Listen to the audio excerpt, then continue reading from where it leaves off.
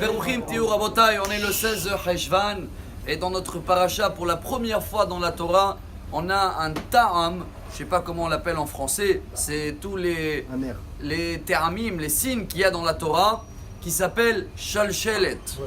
Il revient que 4 fois dans toute la Torah, on le lit, ça monte et ça descend. Shalshelet. Et où il se trouve?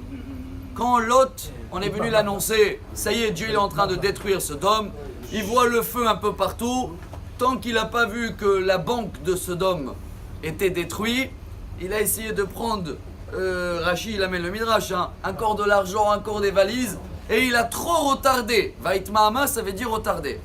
Chers amis, Rabbeinu Bechaye et des autres commentaires expliquent que chaque fois qu'il y a ce signe dans la Torah, ça veut dire que la personne, dans la tête ou dans le cœur, il y a des raisons pour oui, il y a des raisons pour non. Il y a un grand combat.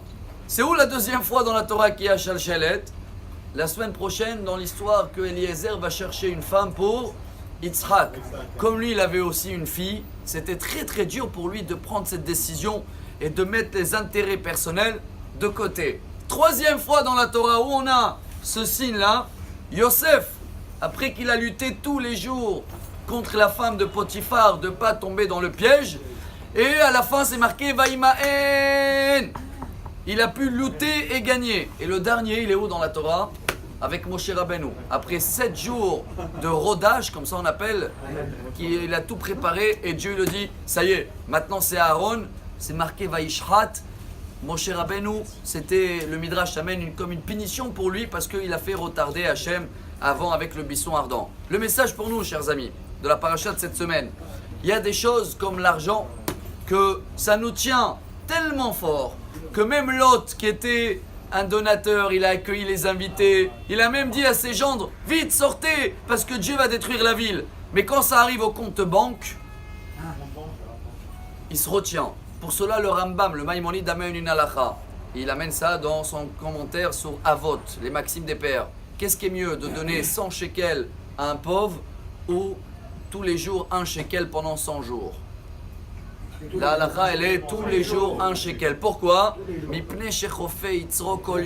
Chaque jour que tu donnes, même si c'est 1 shekel, tu purifies encore, tu travailles plus ton cœur pour être un vrai donateur, comme on a vu hier. C'est pas un faux donateur. Je donne tant que j'ai des intérêts, mais dès que ça touche ma poche, hop, c'est compliqué. Pour cela, chers amis, chacun de nous va faire un effort. On va terminer avec la Gemara Baba Metzia, page cœur 32. Là-bas, la Gemara, elle confirme une halakha. Tu as un âne qui est chargé. Et tu as un autre âne qui est, il faut charger, un il faut décharger. Qui c'est qui passe en premier? Celui qui a déchargé. Décharger, parce que décharger, tu fais 2 mitzvot, et avec le propriétaire et avec l'âne. Mais si l'âne a chargé, c'est ton ennemi, tu vas charger l'âne de ton ennemi. Maintenant quoi? Le pauvre, l'autre âne, il m'attend. Il y a d'abord l'âne personnel, le humar à l'intérieur. Celui-là, il faut le casser chaque jour pour Bezrat Hashem comprendre. Regardez tous les signes que la Torah nous amène avec un seul signe comme ça, qui monte, qui descend, pour que la prochaine fois quand ça arrive à notre poche, à notre intérêt, on va savoir comment bien réagir. Bonne journée. Amar Rabbi Elazar, Amar Rabbi Chani.